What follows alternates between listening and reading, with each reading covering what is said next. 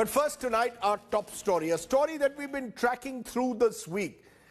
The bail granted to student activists and Anti-Citizenship Amendment Act protesters Natasha Narwal, Devangana Kalita and Asif Iqbal Tanha will stay.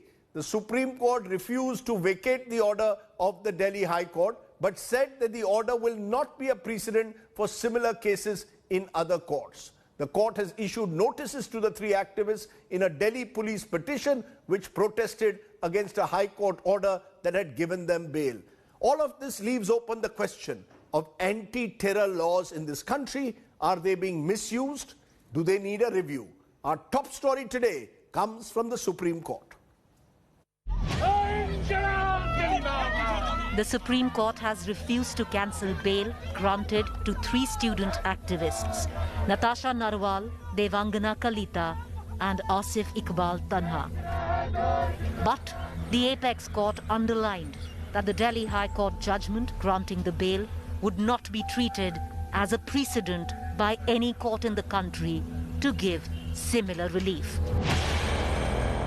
A two-member bench of Justices Hemant Gupta and V. Rama Subramaniam said the Supreme Court would examine the bail order, noting that this case could have pan-India ramifications because of the way UAPA, or the Unlawful Activities Prevention Act, has been interpreted.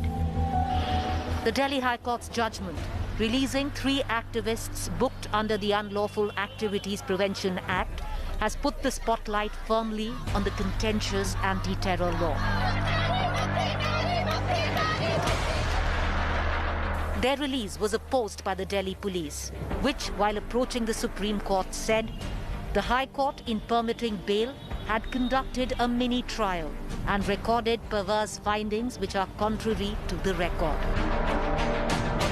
As the three activists remain out on bail, their release after 13 months in prison has ignited the debate over what many call a draconian law, the UAPA, where an individual charged under it can remain in jail without bail or even trial, where 6 months custody can be extended without even filing a charge sheet. Importantly, as the Delhi High Court noted, while giving bail to the three activists, protest and dissent cannot be outlawed by labeling them as a terror activity under UAPA.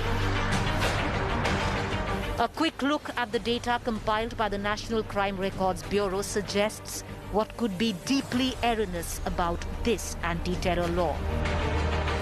Less than 2% of the people arrested under the UAPA across the country in 5 years, from 2014 to 2019, were convicted. Furthermore, only 155 of the 7,840 people arrested on charges of terrorism were convicted by the trial courts in these 5 years.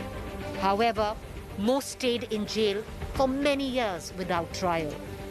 In this stipulated time frame, those arrested were maximum from the state of Uttar Pradesh.